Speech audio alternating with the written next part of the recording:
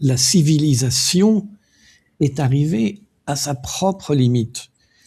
Parce que le néolibéralisme, c'est destructeur de la civilisation.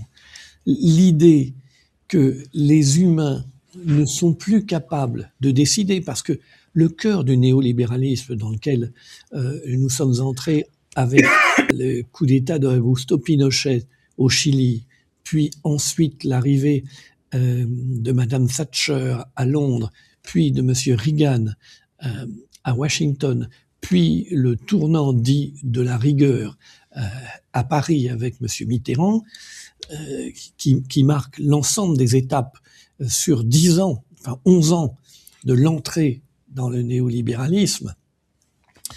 Cette caractéristique, c'est que la théorie qui sous-tend tout ça, c'est de dire l'homme est mauvais. L'homme est mauvais quand il essaye de réguler le système. Regardez, ça produit la dictature du prolétariat, ça produit Staline, ça produit des horreurs de la Sibérie et du goulag. Quand il y a une tentative dans le pays le plus éduqué, où on va le plus au théâtre, où on va le plus au concert classique, où on lit le plus de littérature classique, en Allemagne, cela donne Hitler, cela donne les camps de la mort, cela donne les fours crématoires, cela donne les horreurs du Troisième Reich. Donc c'est bien la preuve que toute tentative humaine de réguler la société humaine est vouée à des échecs de plus en plus violents, de plus en plus terribles. Celui de 17, c'est l'horreur. Celui de 33, c'est une horreur pire encore. Et chaque fois qu'on voudra essayer de réguler la société humaine à partir des idées des humains, ce sera l'horreur. Il faut intégralement confier au marché la régulation, car le marché seul est capable de produire quelque chose qui n'ira pas jusqu'au four crématoire, qui n'ira pas jusqu'au goulag, qui fera les choses d'une façon acceptable, puisque elle est faite par des millions de consommateurs. Alors, ensuite, évidemment, comme c'est un peu simplet, on y ajoute qu'il faut regarder comment marche le marché et l'aider. Par exemple, on sait que le capital est le plus productif quand il est totalement libre de s'investir, qu'aucune loi, qu'aucune morale, que rien ne vient gêner le capital qui peut s'investir dans tous les domaines. Les maisons de plaisir du Nevada sont cotées à Wall Street et il n'y a pas de problème moral de ce côté-là dans le néolibéralisme. On se rend compte de l'autre côté que sur le pôle travail, c'est quand la contrainte est la plus forte que c'est le plus efficace. Plus vous pressurez le travailleur, plus vous le forcez à travailler plus longtemps, plus d'heures par jour, plus d'heures dans l'année, plus d'heures dans la vie, comme dit le merveilleux Édouard Philippe, et plus ça vous rapporte d'argent, plus ça crée de profit, plus ça crée de richesse. La répartition de la richesse est une autre question qui n'intéresse pas le néolibéralisme. Donc, le néolibéralisme vous dit, le marché peut décider en libérant totalement le capital, en enfermant le plus possible le travail.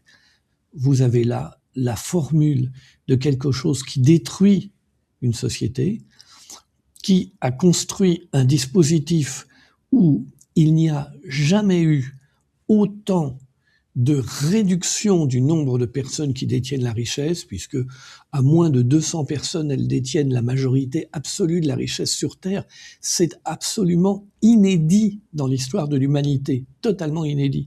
Bon, et de l'autre côté, vous avez un système qui est incapable maintenant d'organiser sa propre direction, puisque il présuppose que laisser entre les mains des humains la direction de la société, c'est un risque épouvantable et qu'il faut que le marché dirige tout. Alors évidemment, on dit le marché, mais finalement, c'est un peu comme la Bible au Moyen-Âge, l'important c'est qui l'interprète, c'est-à-dire les agences de notation, souvent extrêmement corrompues comme on l'a vu en 2008, les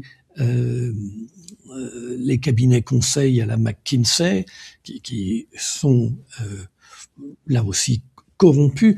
Il faut comprendre aussi que lorsqu'on arrive à un tel degré de centralisation de la richesse, la corruption n'est plus un événement qui se déroule autour du pouvoir. La corruption est le pouvoir. De même que la fusion entre les coupoles mafieuses et ces quelques riches, elle est inévitable. Lorsque vous avez moins de 200 personnes qui possèdent la majorité de la richesse sur Terre, vous avez des personnes qui sont personnes humaines. Elles sont donc extraordinairement fragiles et donc elles peuvent être à la merci des gangs, des mafias, etc. Et donc pour sauver ou garantir la vie de ces 200 personnes, dont là-dedans une quinzaine possède la majorité absolue des 200, il faut trouver l'accord avec ceux qui sont en mesure de les assassiner. Et donc, le meilleur accord, c'est quand on est vraiment d'accord. Hein, on passe de l'amitié au mariage. Et la rencontre entre les coupoles mafieuses et les quelques possesseurs de la richesse dans le monde est aujourd'hui le phénomène dominant. Vous voyez que de temps en temps, on attrape une grande banque parce qu'elle a blanchi 5 ou 6 milliards. Oh, bon, en réalité, c'est pas beaucoup par rapport à ce qui se passe. Vous avez vu que la Banque Centrale Européenne, elle a fabriqué des billets de 500 €. Elle les a essentiellement donnés en Allemagne parce que c'est là que les gens aiment l'argent liquide. Et puis, à un moment, elle a été obligée d'indiquer dans ses comptes que les billets de 500 €, ils se trouvaient en Espagne. Vous avez évidemment compris que ça faisait le tour par l'Amérique latine. Mais les billets de la Banque centrale fabriqués et donnés en Allemagne, qui arrivent en Espagne en passant par l'Amérique latine, il faut que ce soit fait dans un cadre et des complicités qui dépassent largement le policier syndicaliste de Marseille.